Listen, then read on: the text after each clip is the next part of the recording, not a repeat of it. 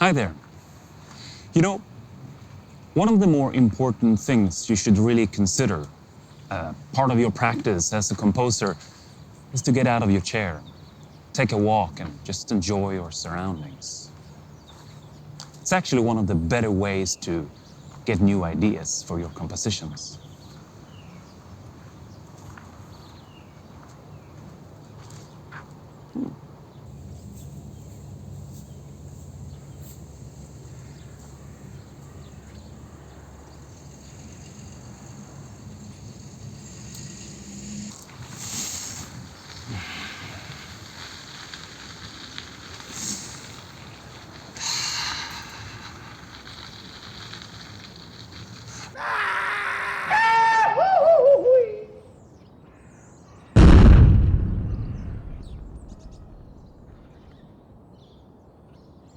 Anyway, let's talk about something more important. For example, how to make your instruments sound more real when you work with a DAW. Let's look at alignment.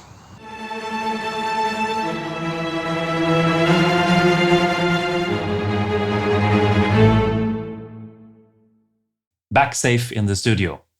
So I wanted to talk about alignment. And I'm not talking about aligning your MIDI data exactly to the grid. That is actually a sure way to not sound real. But let's look at an example and I'll show you what I mean. Okay, let's take a look at a song I am working on right now. Let's listen to this melody that I've created with violins too.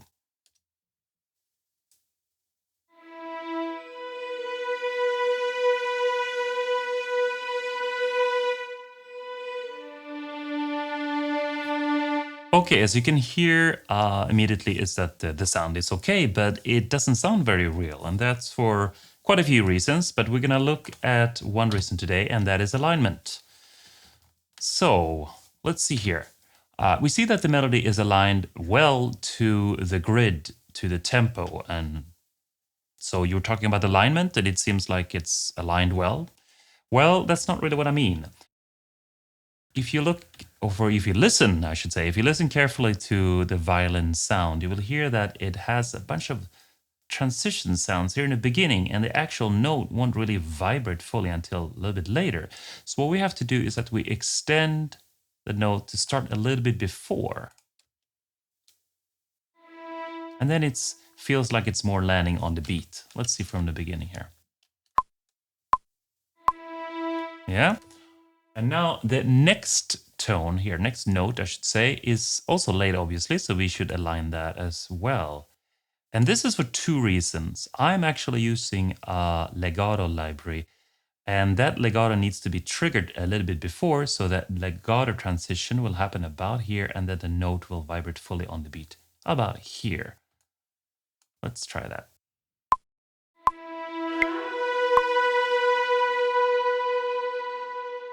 Much better. Okay, so it might seem like a lot of work to align all that, and yes, that's how it is to work, but there's one trick here. I selected all of them, and then I will just basically drag them a little bit ahead, and that should, in most cases, have fixed it. You might have to edit a few notes, but let's see how that sounds like.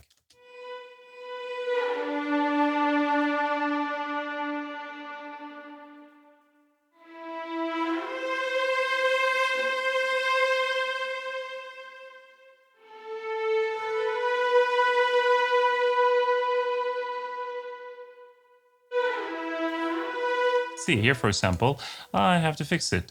It doesn't really work. I have to pull that one back a little bit, and that one come a little bit later. This all depends on what kind of samples you're using. I'm using an 8DO library here that has very specific samples that triggers in a certain way. So this is all about knowing your library well. But this sounds a lot better now. So let's look at a patch where there aren't any legato transitions and where I'm using chords here in this solo or violin sordino. As you can see, I worked a little bit here on the dynamics already. Let's listen to it.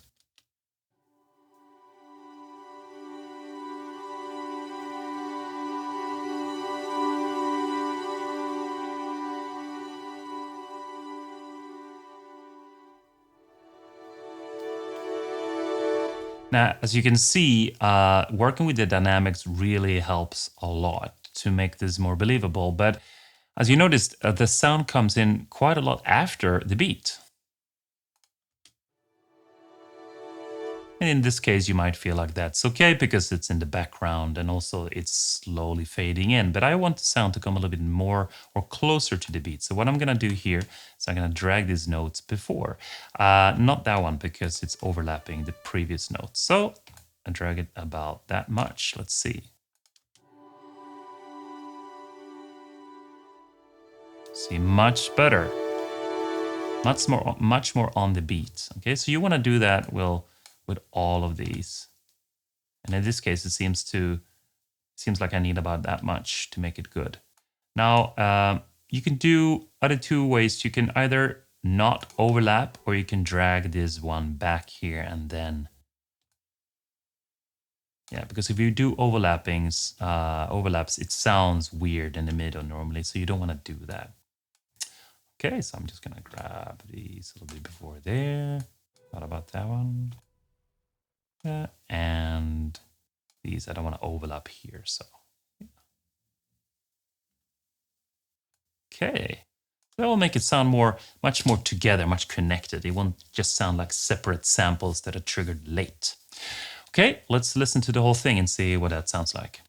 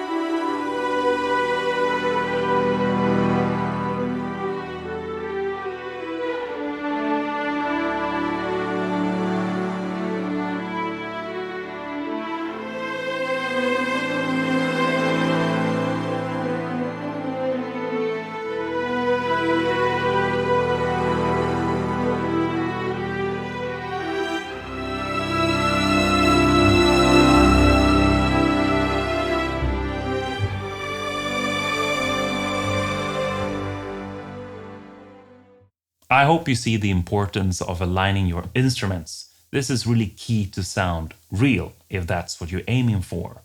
Most libraries have a little start sound before the actual note is heard, so you need to move them a little bit to the left.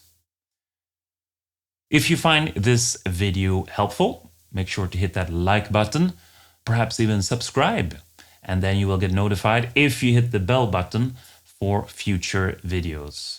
Until then, I wish you a great day. Take care.